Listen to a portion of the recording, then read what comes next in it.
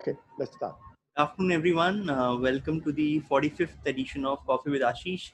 And today we've got a very special guest with us, Chetan Kapoor, who's the co-founder of Safe Travel VIDC, today with us. And before we get into conversation with him, I think we've talked about a lot of stakeholders in the last 44 sessions on Coffee with Ashish, but I think it's equally important to sometimes look at from an outsider's angle to also see and compare the industry trends. And I know between Ashish and I, we try to do it in a limited way, but there are organizations and there are industry analysts who are great at doing that.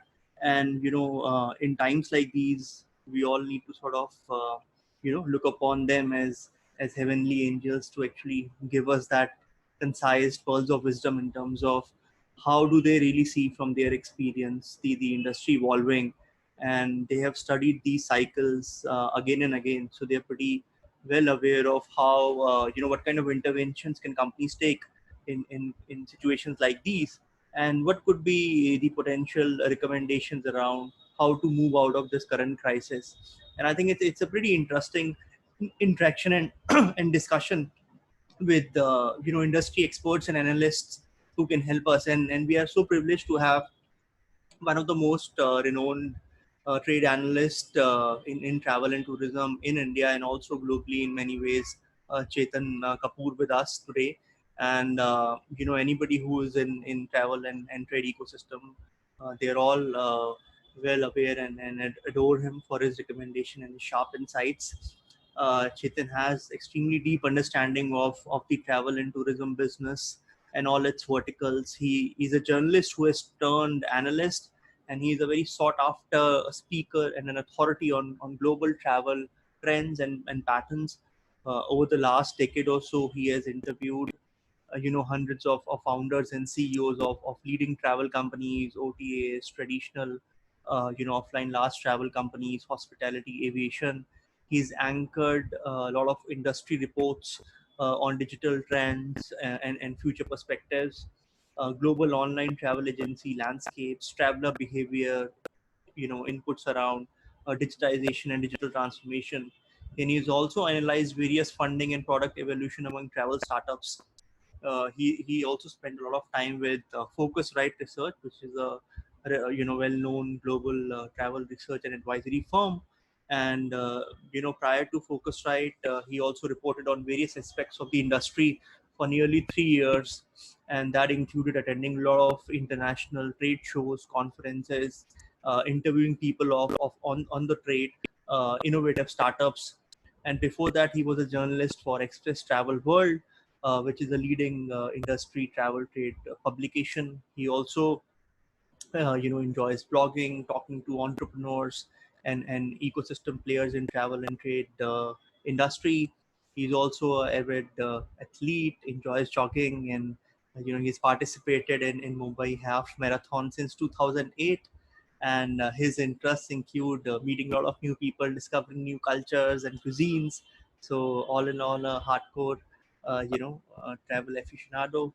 And now he has set up a firm 3 years back, which is VIDEC, that is to engage with travel and tourism industry across market entry and expansion strategies, data analysis, corporate development, and more. So it will be really interesting to hear from him more about what he's up to these days post Focusrite, and also get his sense of where does he see the industry evolving in current times. So with this, a very warm welcome to you, Chetan Kapoor, to the show. We are so privileged to have you with us. And with this, I'm going to hand it over to Ashish to have a conversation with you while I have my coffee. Well, you're on mute, Chetan.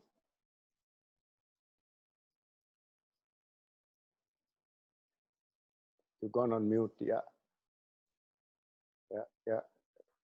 How do we unmute you? Oh yeah. Oh, Now it wasn't allowed. I think Karthik or you disabled attendees from unmuting.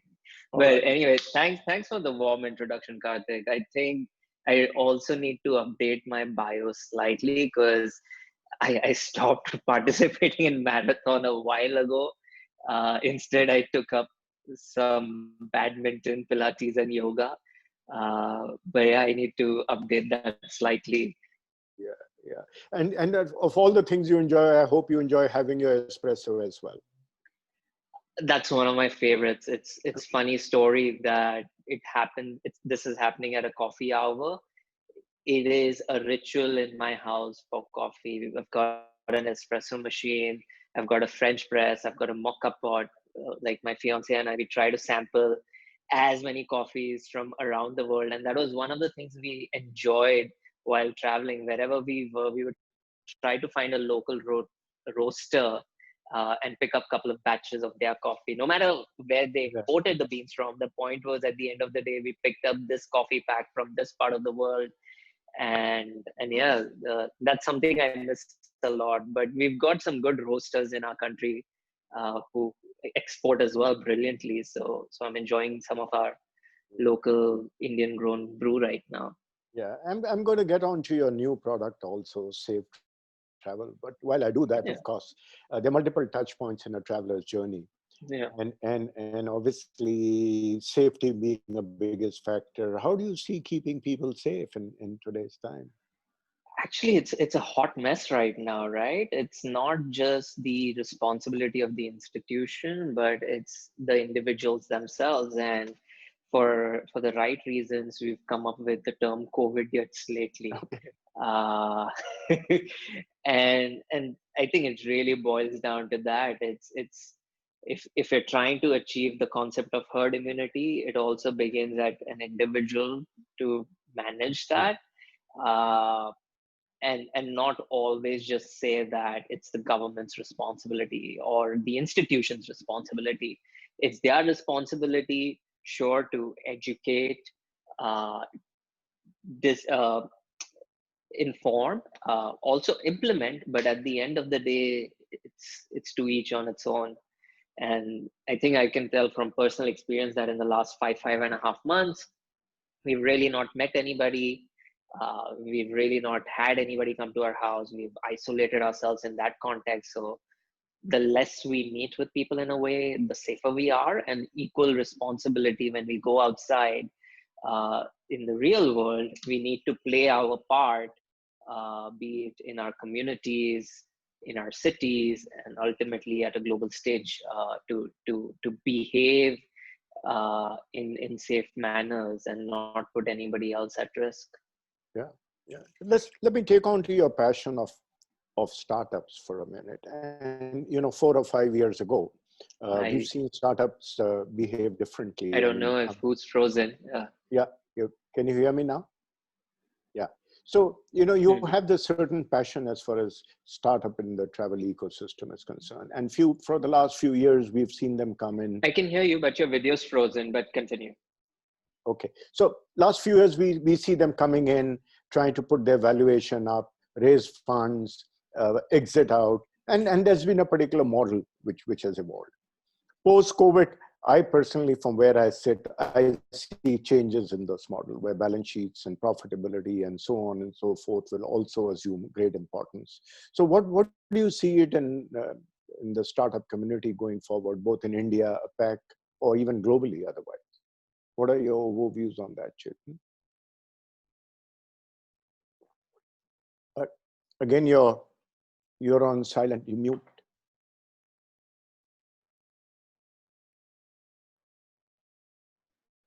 Hey Yeah, Ashish, am I audible you're now? audible now. You just need to turn your phone a But you bit. have become Yeah, reoriented. I'll get a crink in the neck. That's Yeah, Okay, it's all that's right. weird.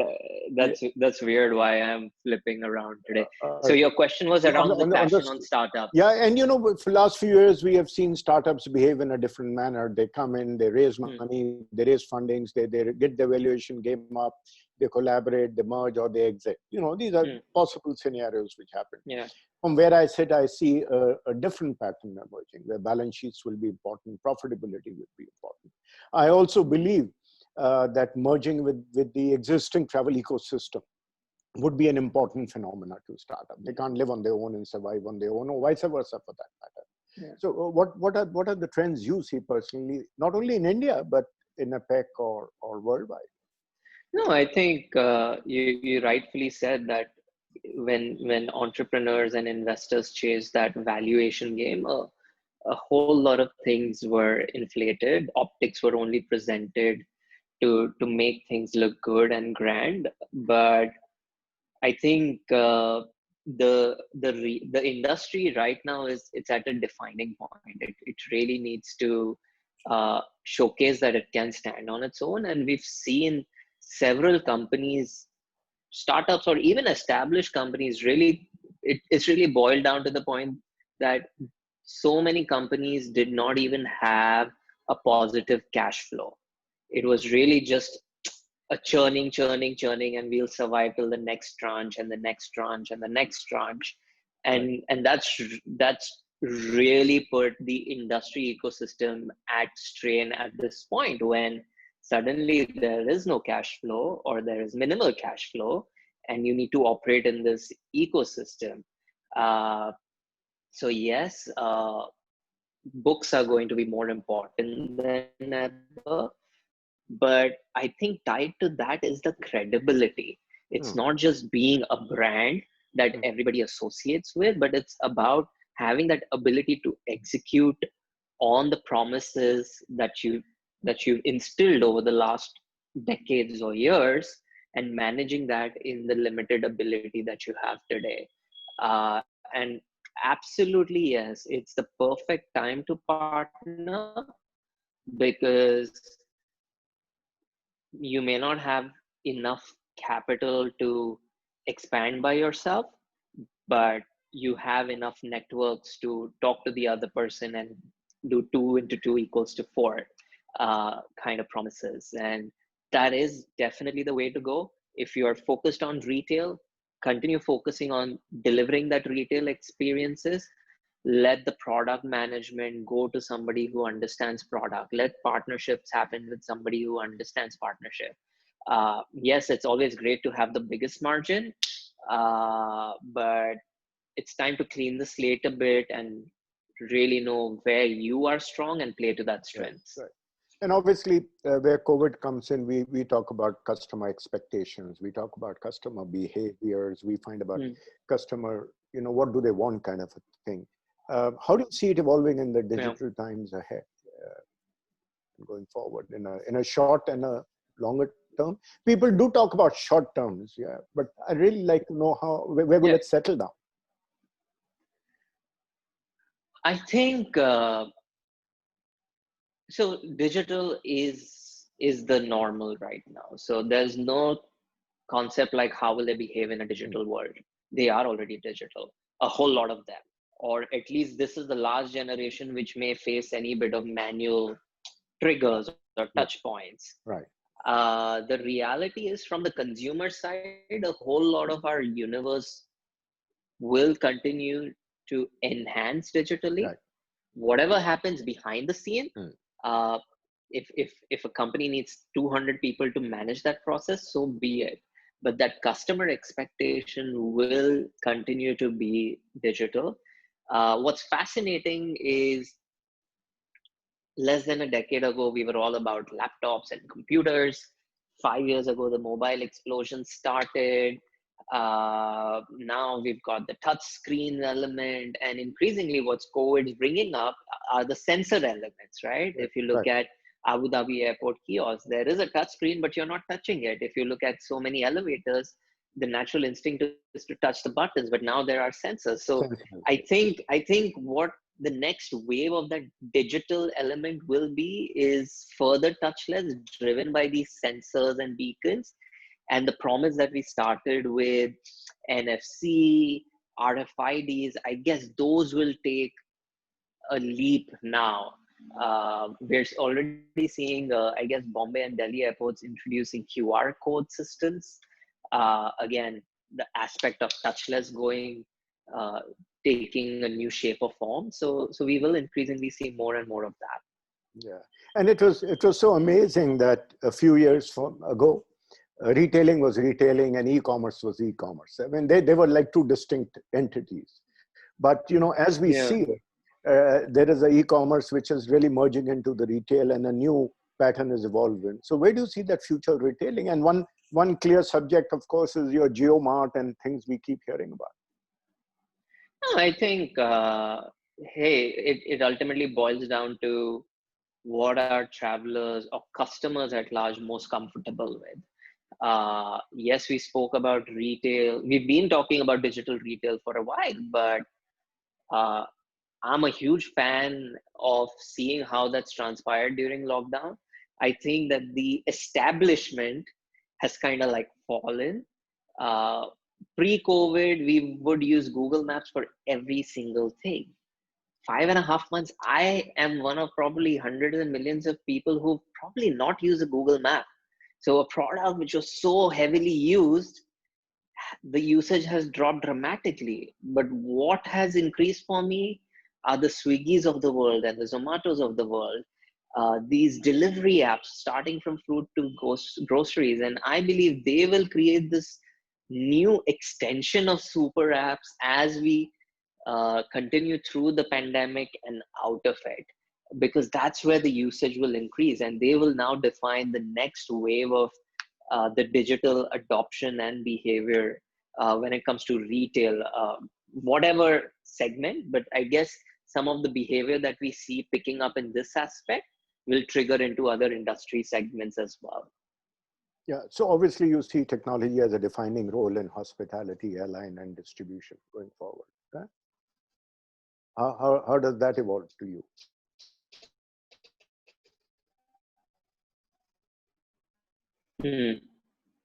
Can you hear me? Yeah. Chetan? Yeah. How do you see that? Well, at least I would say it's about time the industry takes the other segments more seriously when it comes to technology adoption. In the India context, surely the last decade has been of air travel, online air travel. We've seen hotel explodes fueled by a lot of money pumped into the ecosystems to drive discounts. Uh, we've seen ground transportation, thanks to the likes of Ola's and the Uber, explode. But I think there needs to be a unison of technology adoption going beyond just the transactions. It needs to reflect into the in-journey experience. It needs to reflect of on-site experiences. That is where we still see a whole lot of human elements pre-pandemic. Like mobile boarding passes were a thing 4 years ago.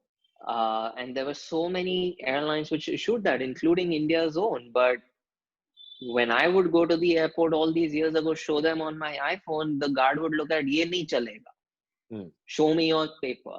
It's really taken a pandemic for Indian airports to tell people yes to mobile boarding pass, yes to kiosk boarding, no human interaction. And that is something the industry and digital evangelists have been preaching for 10 years, and a whole lot of this technology has been present for that much time.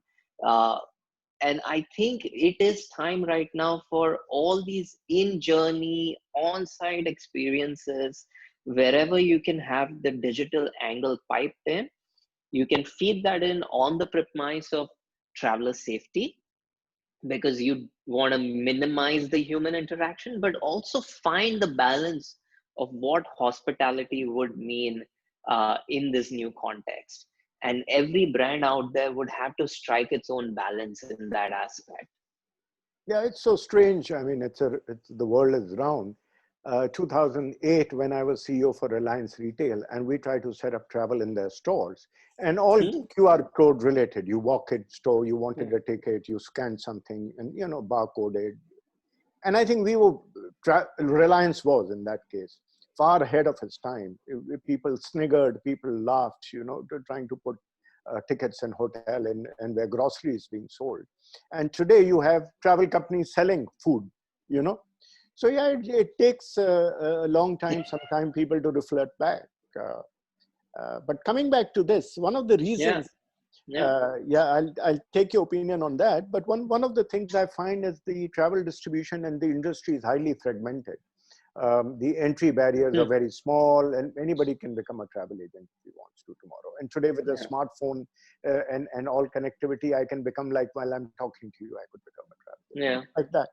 So, you know, do you see a sense of consolidation? Do you see something evolving, or you'll just find a travel agent in every home?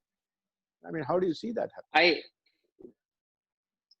I I think this type of conversation often oscillates.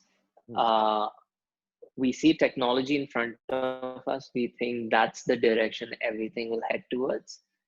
Sure, there are aspects. Uh, I would draw a parallel with, let's say, Europe and US as well.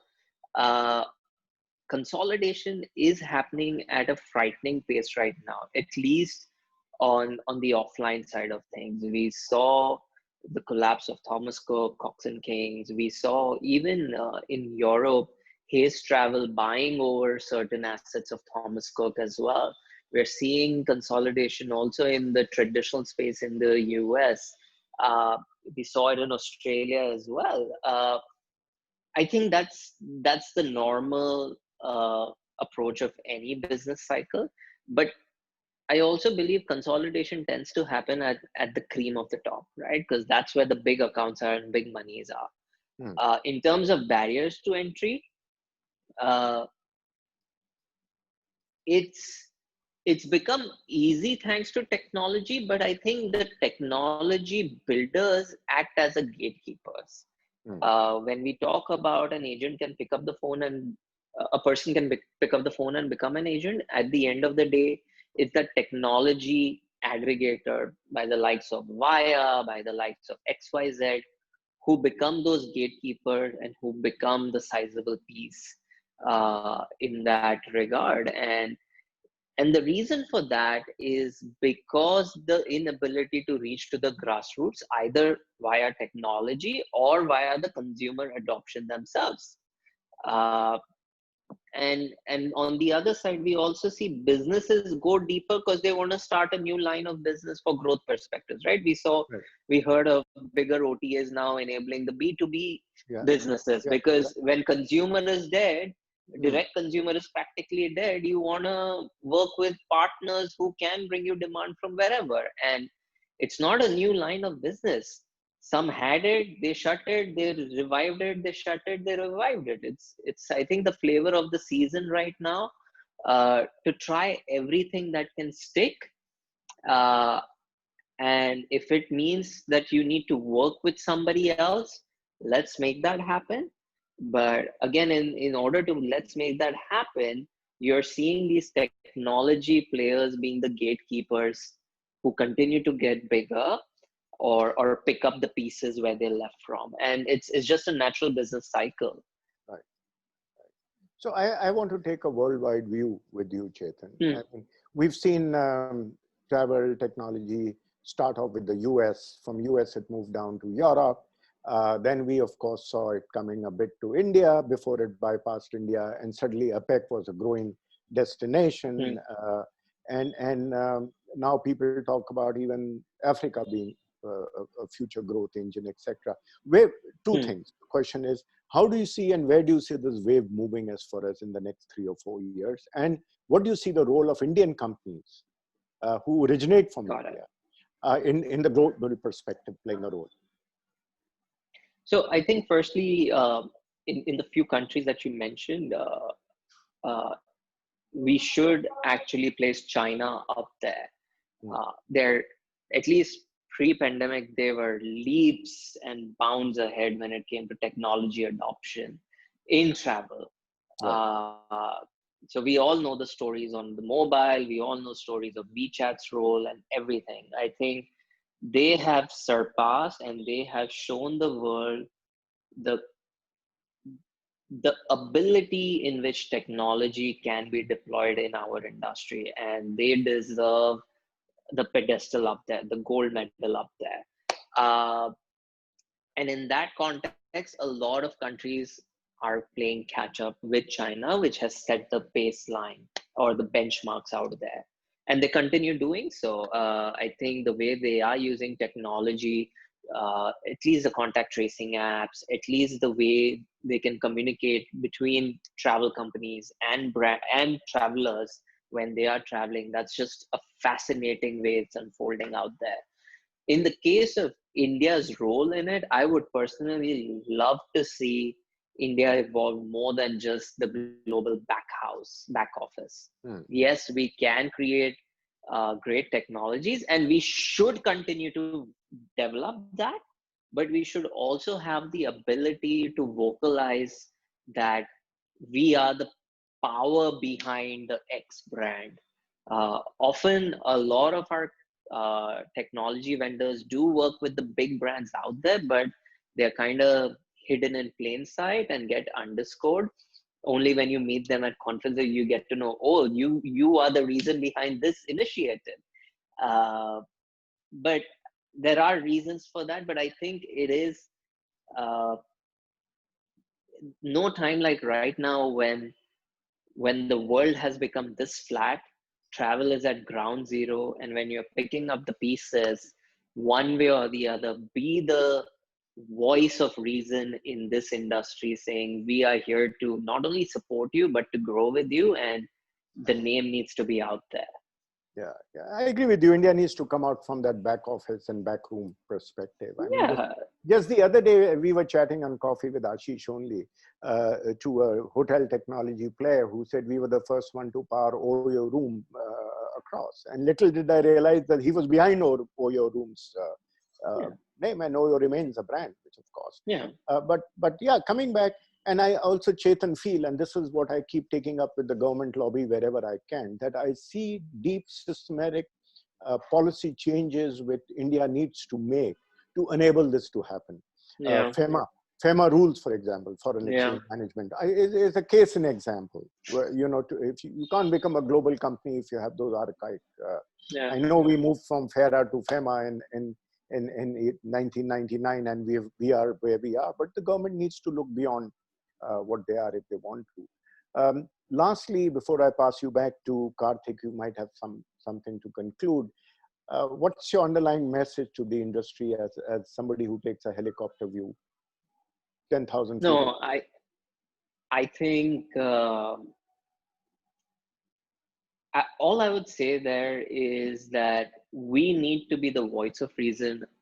The way travel will return is when we as a collective become the voice of reason, saying travel is safe, and continue to deliver on that promise that travel is safe. We're seeing countless examples of claims on one side, but what's happening on the ground is completely different. We're seeing tourism boards saying that, hey, we're open for business, but then the locals say that they don't want your business at this point. And we are seeing those ripple effects taking place. It's about finding that responsibility. Yes, it's about economy, but there's a bigger element called the human life out there, and we need to find the right balance. I think the future of travel is small. In that context, small is big. It's time for the industry to create intimate experiences, at least for the foreseeable future. It's great to have masses. There is unit economics attached to it. But if we can achieve good and responsible travel by handling fewer people and making them feel, trust me, they will feel confident in coming back. They will like to explore you and your peers' services as well. But if their first experience is jeopardized in any manner at this point, be it through safety protocols being overlooked or a broader tragedy, I think there goes the further confidence in travel. So we are on rickety rocks right now, and each of us is equally responsible in this industry at this point. It's about backing our promises, commitments, and ensuring that the entire experience, it feels a unified experience, even when you're working with partners who may have different variables at play. Lastly, of course, back to startup, what rattles me the most when I look at the papers, the Economic Times or newspapers, and there's so much talk about startups, and I try and look in the fine print and I see a manufacturing startup, I see a pharmaceutical startup, I see a education startup, and I keep trying to look for a travel startup. And the government itself realizing that there is something known as the travel startup. We all know the travel industry itself isn't hardly recognized industry, so to say. We've always fought for not being recognized the way it should be recognized.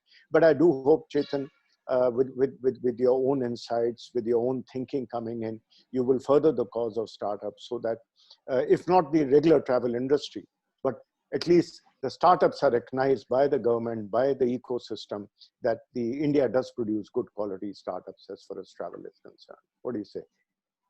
No, absolutely. And I think we've got a great pedigree of that. There's no denying it, both across traditional as well as the digital world.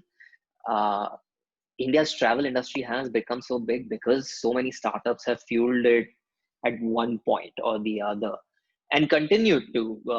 Even just pre-pandemic, we had several new travel specific startups who were looking at tapping into the Instagram aspect, tapping into the Snapchat aspect, TikTok aspects, right? Ideas are galore out there. Monetization aspects can be challenging or can be new, but I think at the end of the day, we need people in the administration to understand what travel is all about. It's not luxury across all. It is a service. And I guess, if anything, this pandemic could tell them or show them when they look at the exchequer, uh, when when Mumbai airport would give you 900 flights a day and now it's coming to whatever number of flights a day, the loss of revenue right there is very stark, like staring at you, right? And if that doesn't tell you what travel is, if people's consumption appetite doesn't tell you what travel is, then I don't really think the administration has even understood the tea of travel, even though it was promised in the opening speech once upon a time. It's far from it. Infrastructure aside, it's the pure understanding of what travel brings to the plate. If somebody like Macau, Singapore, Dubai can transform itself on the heels of travel, I don't even want to think about India at large. I would say make two more destinations like a Dubai in India that is not a Goa or a Kerala. And again, those destinations are this small in the overall scheme of things of what is India. Right. Look at what they can achieve versus some of the big states, which for whatever reason, oversight or lack of intent has not gotten its due. It really needs to happen. And it's at the end of the day, everybody does travel. It's not rocket science out there. It's about picking up the pieces and putting in the right places so that there is the multiplier effect to the industry, to the communities that the benefits can go to. Yeah, sure. So on that note, thank you, Chetan. Appreciate you coming in. And over to Karthik. Karthik, you have some parting shots? No, but I more for my curiosity, and I think Chetan, probably you are the best guy who is a bit neutral and who's got that 50,000 view, because everybody is so focused on their part of travel ecosystem. I always wonder that in mid-term to long term, do you see that travel, the OTAs and travel apps on their own will stand, or do you think they will become a logical component of larger apps like the super apps, which have got more cues, more personalized information available, who understand your behavior better, who've got your from payment side, from your social proofing side. So, I mean, they've got everything covered. So do you think it will be more logical to be embedded in that, or you feel that there in mid to long term still there's a future for individual OTAs and travel companies? So surely, I think the answer lies on both sides of the spectrum, and we've seen the last 2-3 years that being initiated, travel, especially in super apps. Every super app out there has a travel element. But the reality is that maybe outside of China, that hasn't translated. Reasons are many. Obviously, investment and marketing is a core phenomena behind it. Mm-hmm. I think in India, one of the reasons, let's say, a Paytm is successful is because of the transportation segments, which are higher volume, like a rail ticket, a bus ticket, cheaper. Everything else is still needs that degree of experience. Like booking an hotel is an experience. Booking a business class flight is an experience. So there will be some elements that could benefit a super app, and I really think that the way to play is with some brands powering that element. There's no point in re-engineering efforts that are already out there. And again, we saw a few super apps come in that aspect, and they continue to, even though a lot of super apps around the world tell you this is their own proposition. Behind the scenes, there are a lot of partners working on it. And we all know that this industry, truth be told, is pretty incestuous. We all work with each other. We all work on margins and sub margins, and we want to take the bigger chunk of the pie, but there are places where we will get it. There are places where we will not get it. This affiliate businesses, this industry is dirty little secret, or rather not a dirty little secret. So let's not fool ourselves. Everybody partners with each other. And that's the way to go. And if that, in that premise, the combination of yes, everything that you said about super apps, yes, it's a potent combination that everything's in there. But I would still not disregard the individual OTAs who have established themselves. Think of them as you still walk into a mall, and there are two types of customers. One would go to a big bazaar wherein they'll get everything. The others will still go to a specific gourmet cheese store, a gourmet chocolate store, a gourmet this store, a gourmet that store. You will always find those for the taking. And the difference in between that is one would be a volume driven business, the other would be a premium driven business. And that's always going to be that. Right. And I think it's really because I don't come from a travel background. And I know when I entered travel 10 years back with Ashish, I remember that when I studied the entire value chain, I realized everybody's selling something of somebody else. Nobody really owns anything. And it was Exactly. super interesting for somebody to come from outside the industry and see a full-fledged industry running where nobody owns anything. Everybody is selling something else and everybody's a distributor. Exactly. Exactly, right. And it's so it's great that the industry has that notion of co-opetition, but but fortunately or unfortunately, there will come some rationalization there right now, because instead of 50 hands in a pot, you will end up with 5 hands in a pot, and they will logically re-engineer how that distribution takes place. It will become a winners take all market right now. But again, those 5 hands which are left in the pot will once again redefine how this industry will evolve once the volume start picking up, because everybody wants to make a little extra buck, right? Right. No, and I think it's really interesting to have this kind of conversation with you, Chetan. We are unfortunately at the end of time for today's session. Thank you so much for taking out time, and we really understand under trying circumstances you still took out time and held on to your commitment. Really appreciate it. And thanks again, Ashish, as always. Thank you everyone for joining in. Thanks once again, Chetan. Stay safe, and we hope your dad gets well soon. Yeah, Chetan, we'll catch up with Thank you. you. Thanks. Thank you. Thanks, Karthik, Ashish. Cheers. Cheers. Thanks, Bye. everyone. Thank you. Thanks. Bye.